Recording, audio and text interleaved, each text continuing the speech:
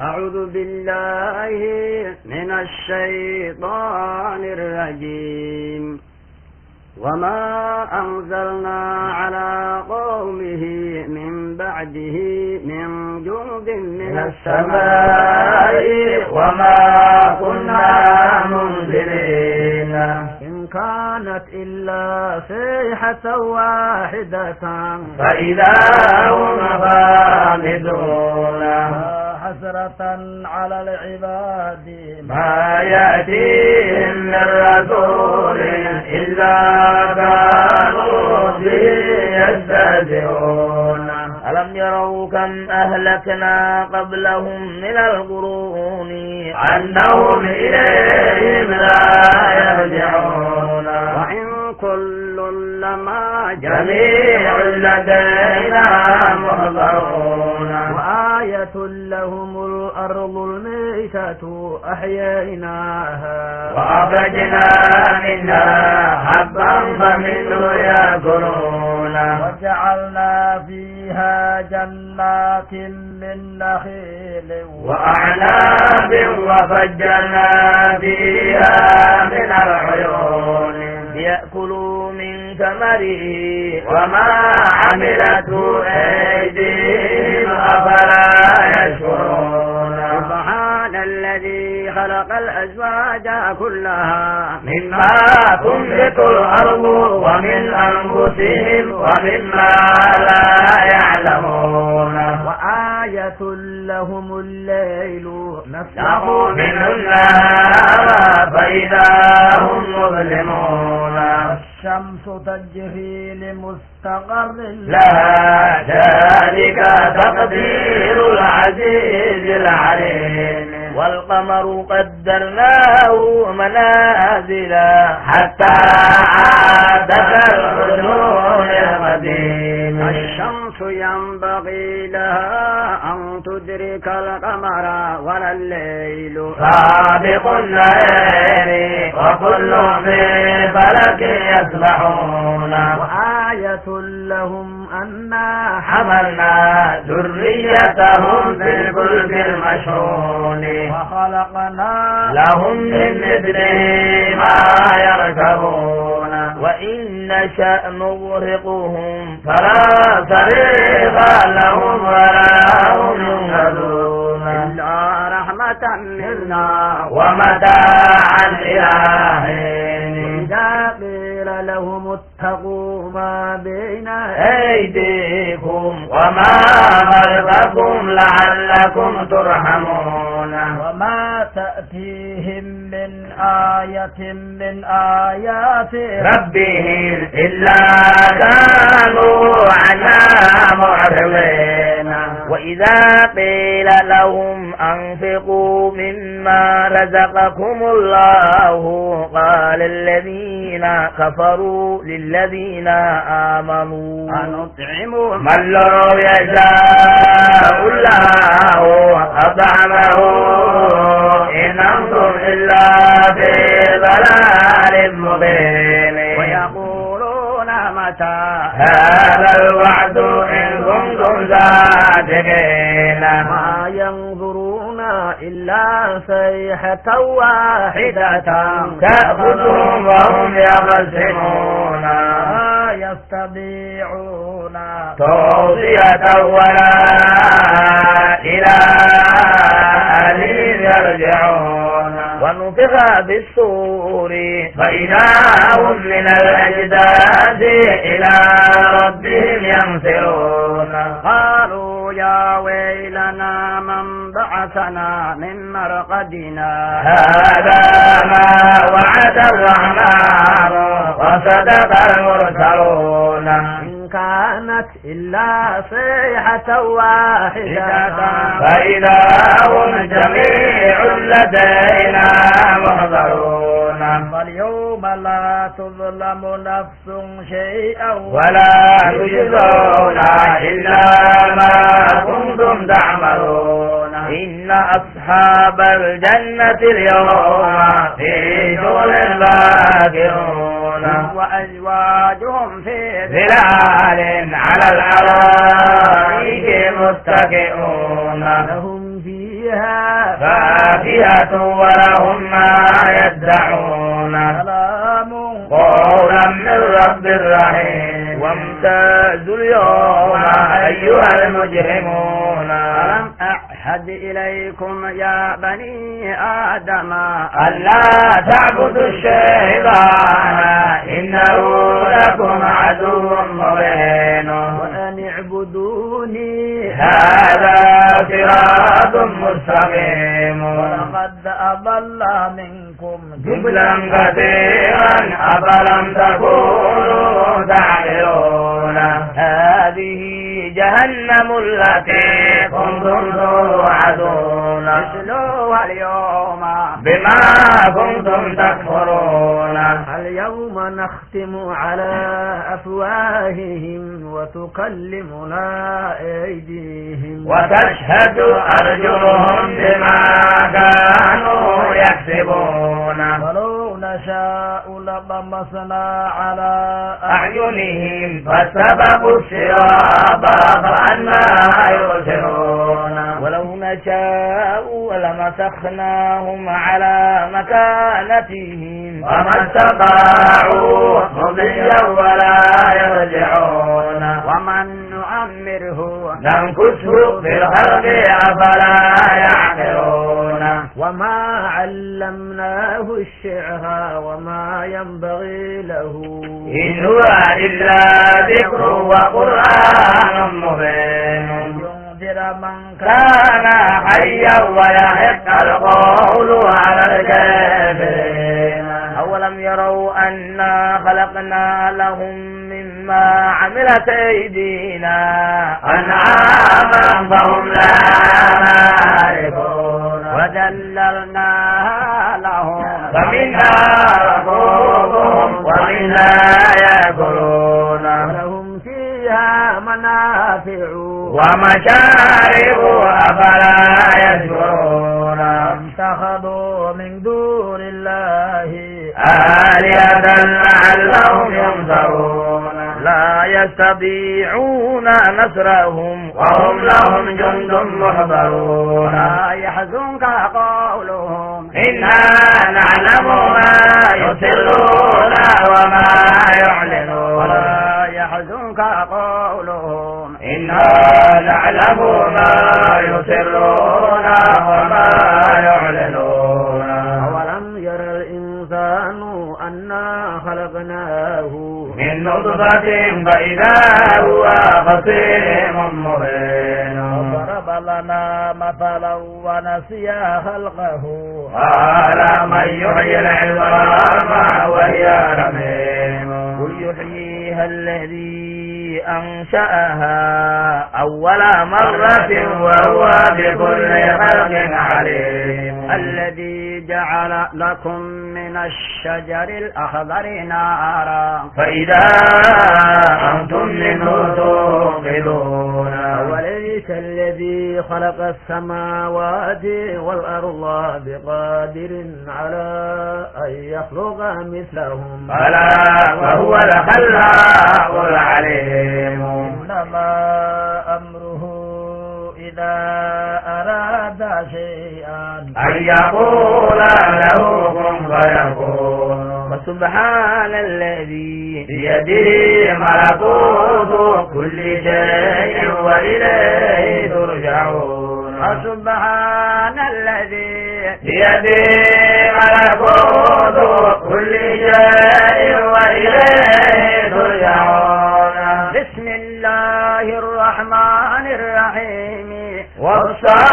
والصافات صفا الزاجرات زجرا التاليات ذكرا إن إلهكم لواحد رب السماوات والأرض وما بينهما ورب المشارق إنا زينا السماء الدنيا بزينة الكواكب وحفظا من كل شيطان مارد لا يسمعون إلى الملأ الأعلى ويغلبون من كل جانب ولهم عذاب واصب إلا من خطف الخطفة فاتبعه شهاب ثاقب واستفتهم أهم أشد خلقا أمن خلقنا إنا خلقناهم من طين لازب بل عجبت ويسهرون إذا ذكروا لا يذكرون إذا رأوا آية يستسهرون قالوا إن هذا إلا سحر مبين أإذا متنا وكنا ترابا وعظاما أإنا لمبعوثون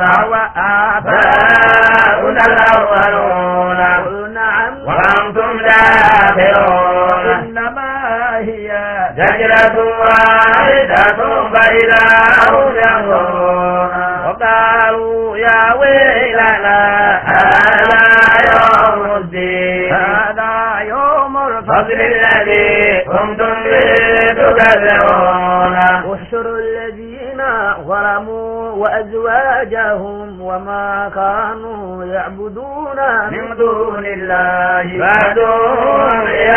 صراط الجحيم وقفوهم إنهم مسؤولون ما لكم لا تناصرون بل هم اليوم مستسلمون وأقبل بعضهم على بعض يتساءلون قالوا إنكم كنتم تأتوننا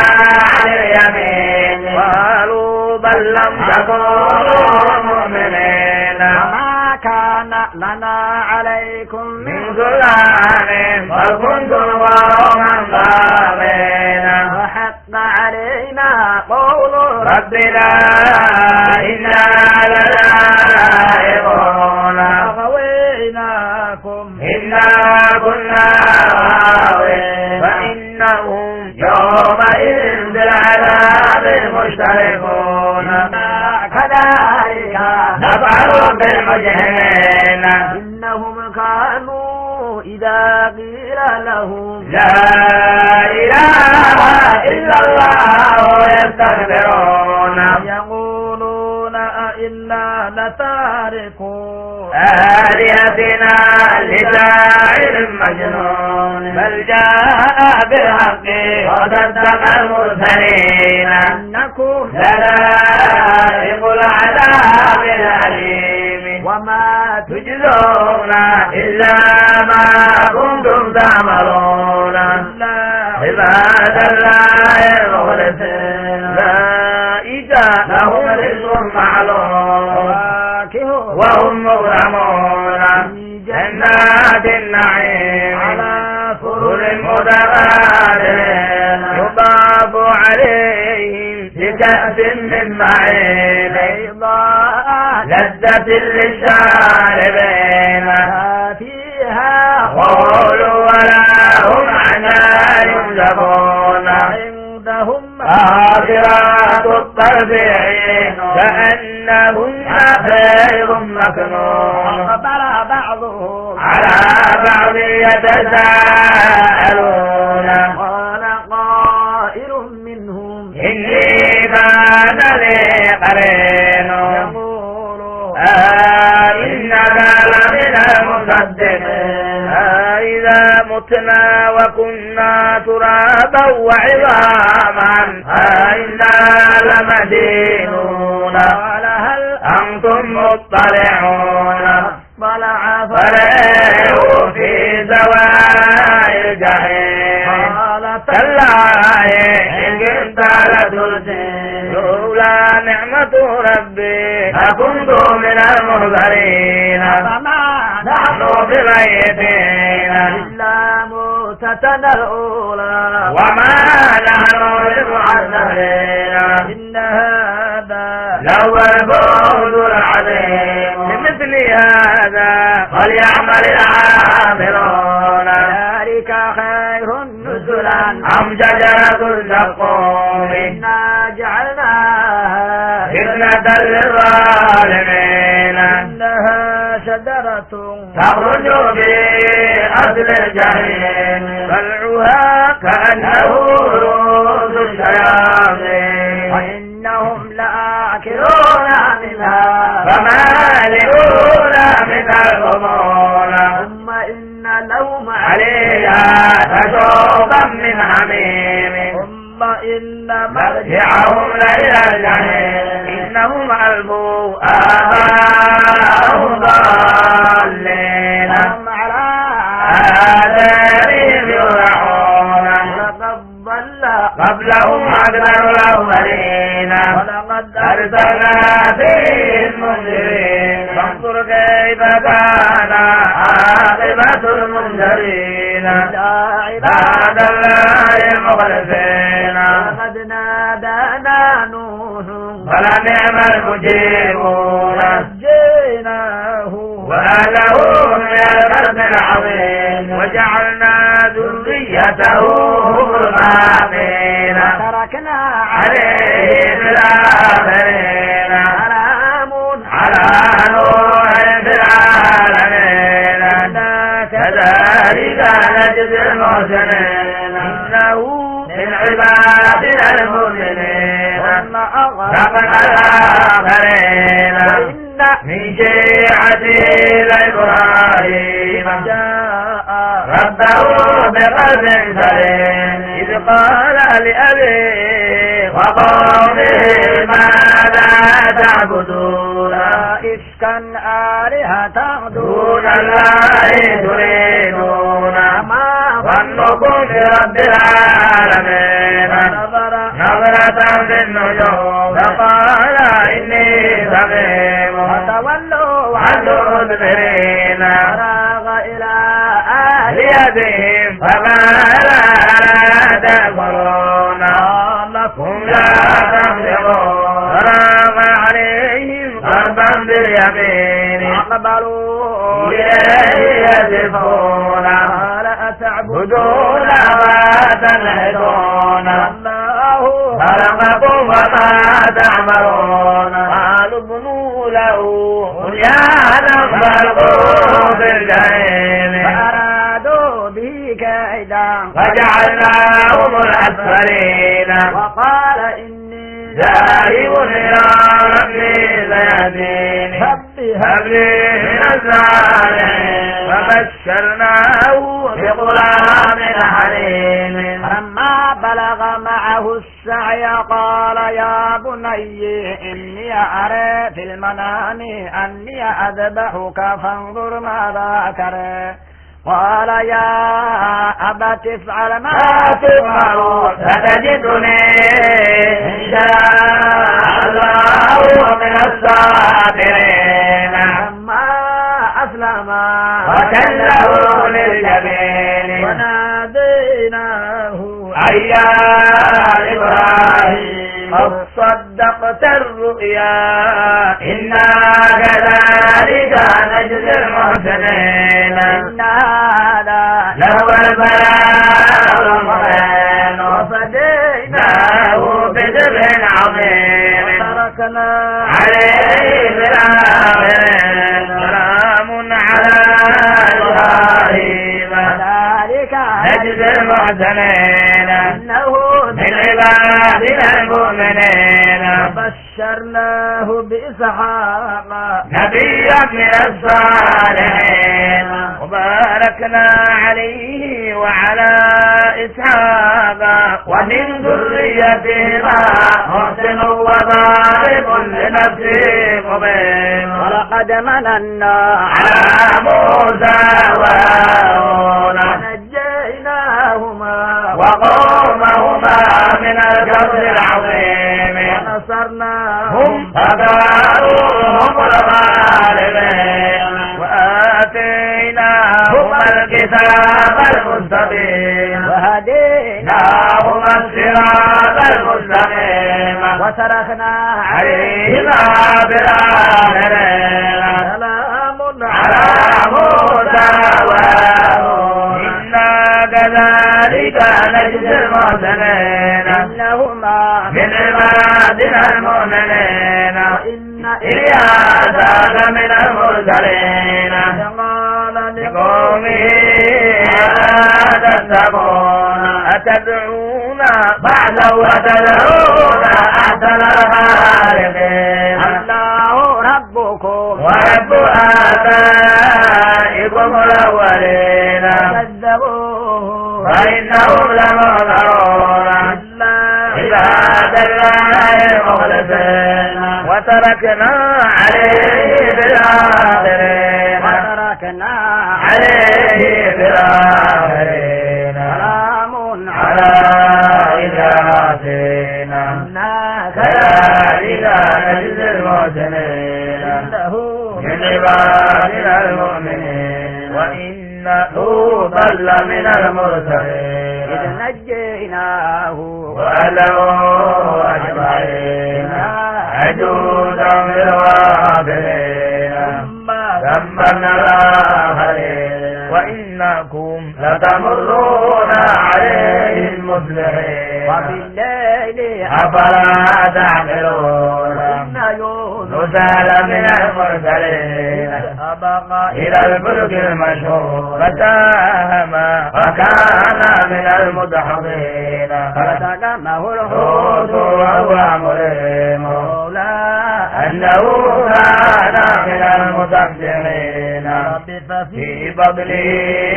إلى يوم يبعثون ونبذناه بالعراء وهو سقيم وأنبتنا عليه شجرة من يقطين وأرسلناه إلى 100,000 أو يزيدون فآمنوا فمتعناهم إلى حين واستفتهم ألربك البنات ولهم البنون أم خلقنا الملائكة إناثا وهم شاهدون ألا إنهم من إفكهم ليقولون سلاه وإنهم لكاذبون أصطفى البنات على البنين ما لكم كيف تحكمون أفلا تذكرون أم لكم سلطان مبين فأتوا بكتابكم إن كنتم صادقين وجعلوا بينه وبين الجنة فتبول قد علمت الجنة إنهم لمحضرون سبحان الله عما يصفون عباد الله المخلصين فإنكم وما تعبدون أنتم عليه بباطنين من هو سال الجحيم وما منا إلا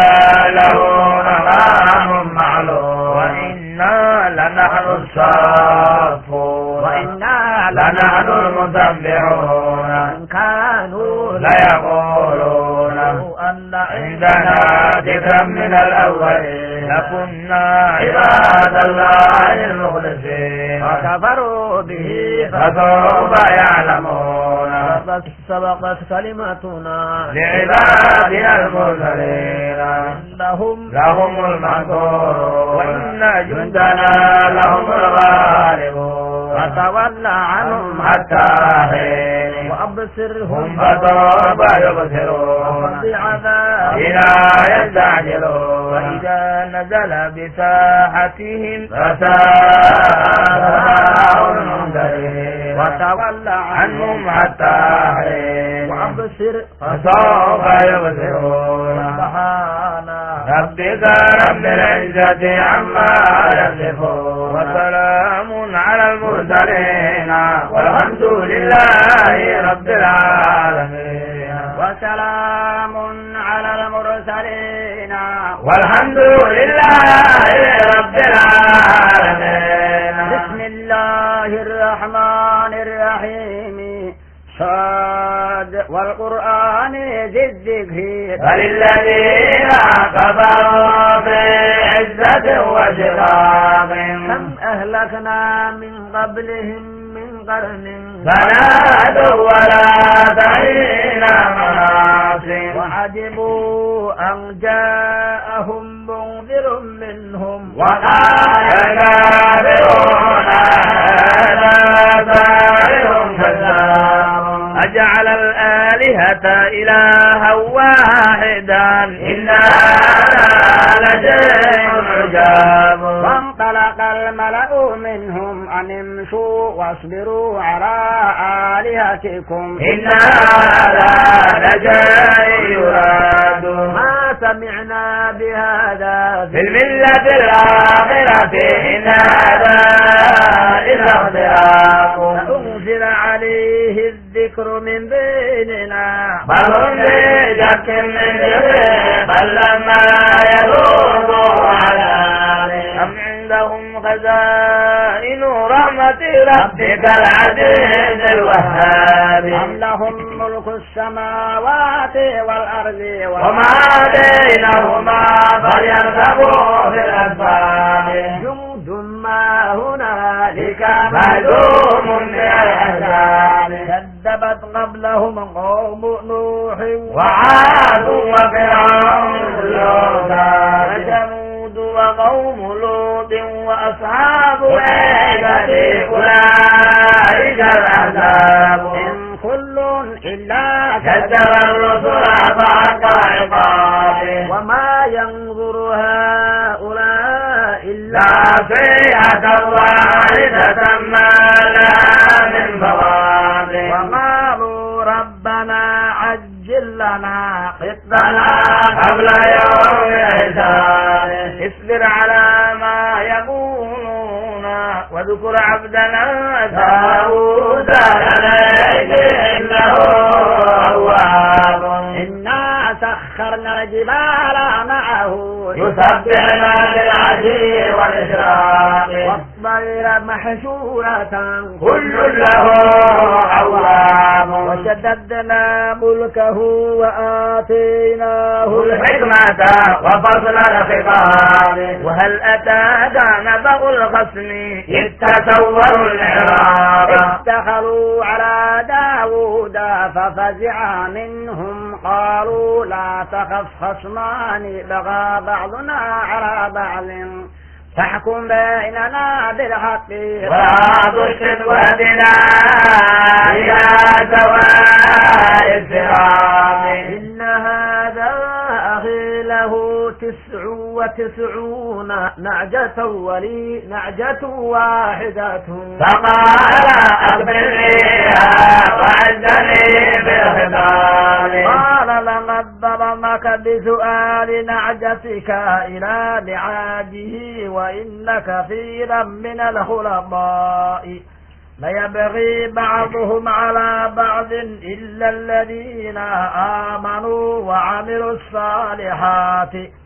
وقليل ما هم وظن داود أنما فتناه فاستغفر ربه وخر راكعا وأناب فغفرنا له ذلك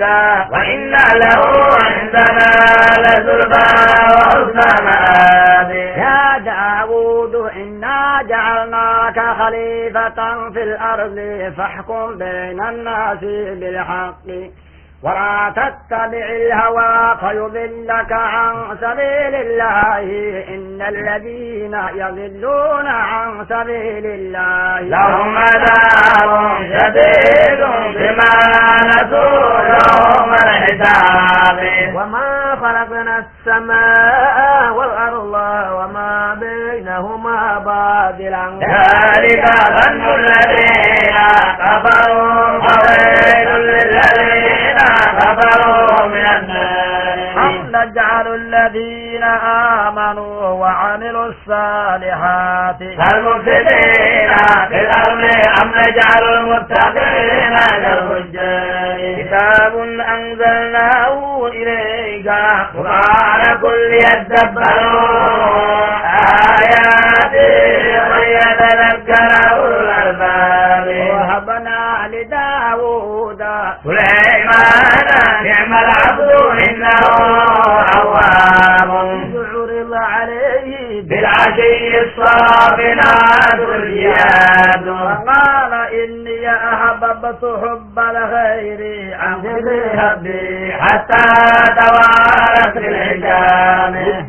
علي فطفق فتى في السوق والأعناق ولقد فتنا سليمان وألقينا على كرسيه جسدا ثم أناب قال رب اغفر لي وهب لي ملكا لا ينبغي لأحد من بعدها إنك أنت الوهاب وسخرنا له الريح تجري بأمره رخاء حيث أصاب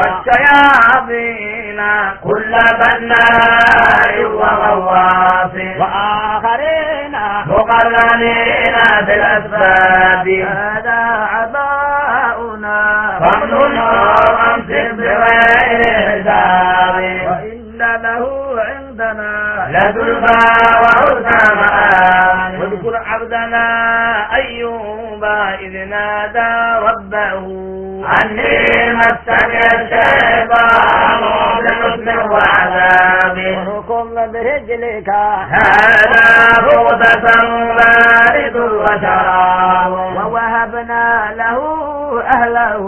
ومثلهم معهم رحمة منا وذكر للألباب خذ بيدك ضغطا فاضرب به ولا تحنث إنا وجدناه صابرا نعم العبد إنه أواب واذكر عبادنا إبراهيم وإسحاق ويعقوب أولي الأيدي والأبصار إنا أخلصناهم بغارثة بالدين وإنهم عندنا لمن المصطفين الأخيار واذكر إسماعيل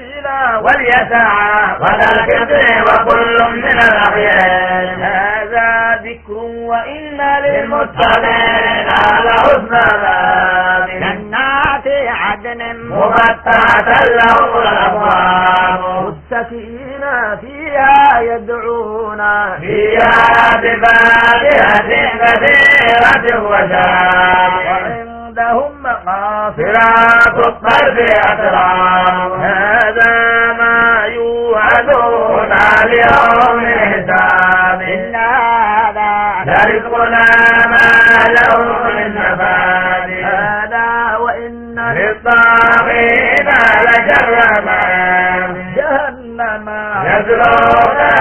فبئس المهاد هذا فليذوقوا حميم وغساق وأخر من شكله أزواج هذا فوج مقتحم معكم لا مرحبا بهم إنهم دار النار قالوا بل أنتم لا مرحبا بكم أنتم قدمتم لنا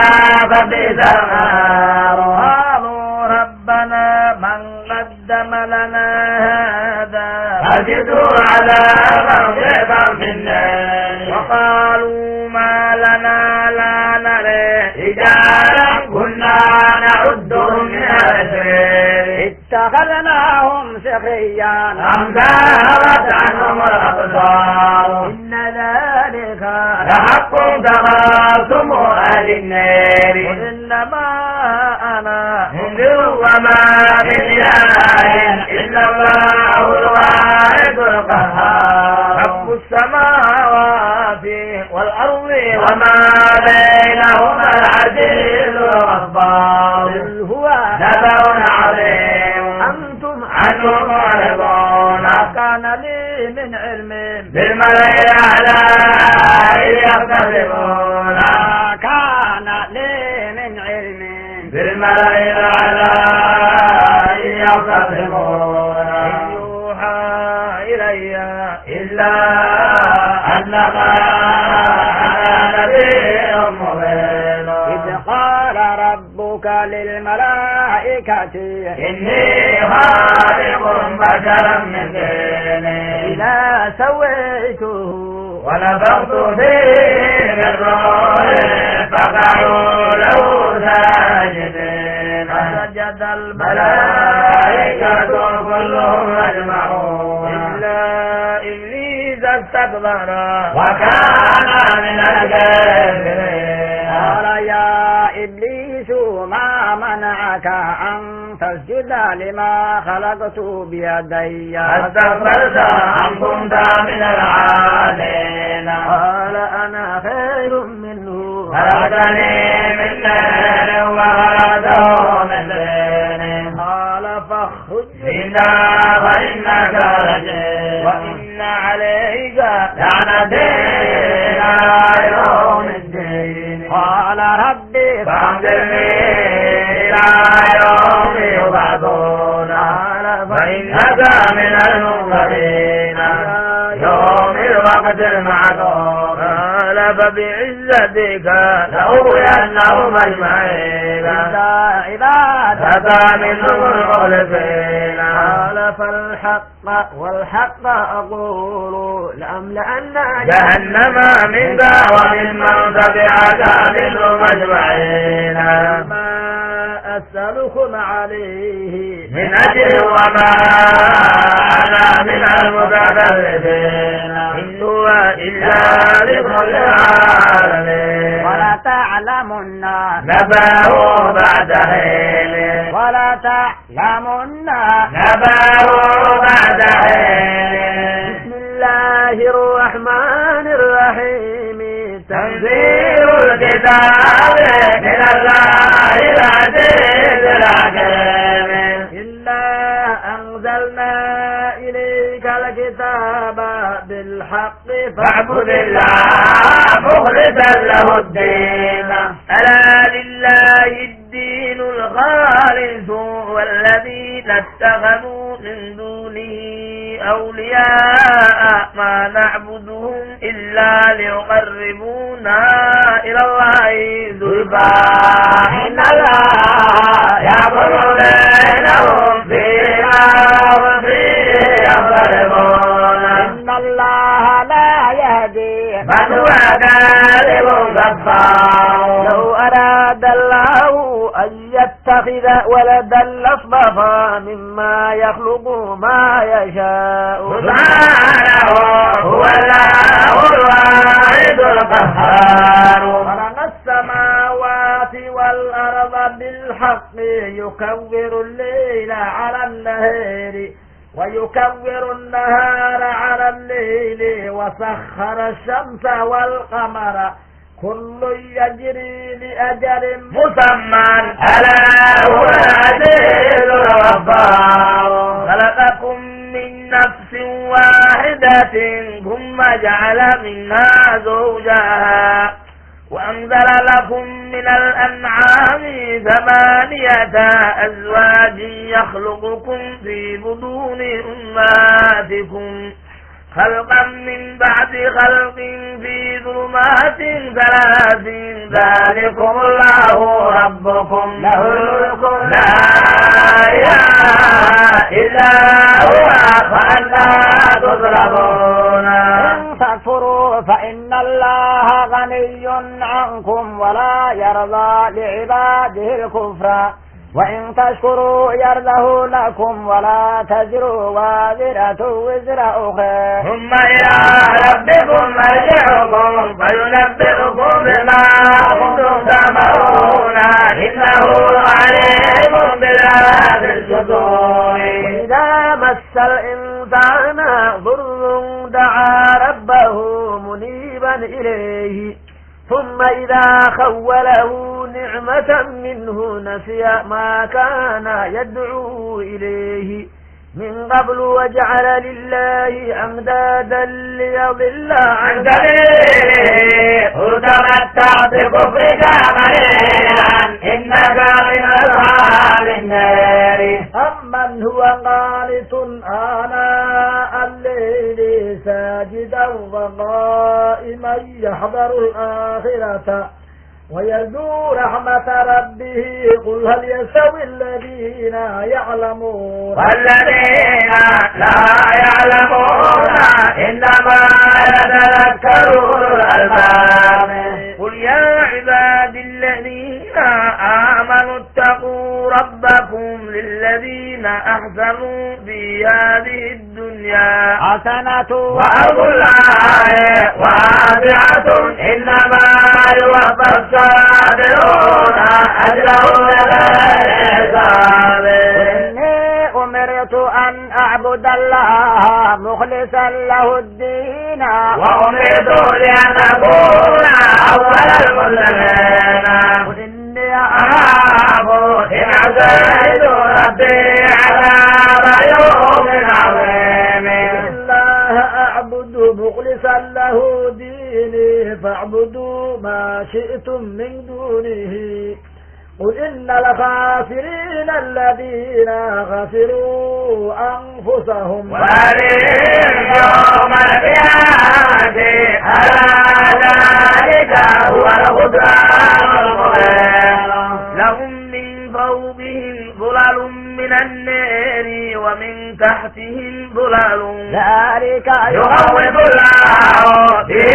عباده يا عباد فاتقون والذين اجتنبوا الطاغوت أن يعبدوها وأنابوا إلى الله لهم البشرى فبشر عباده الذين يستمعون القول فيتبعون أحسنه أولئك الذين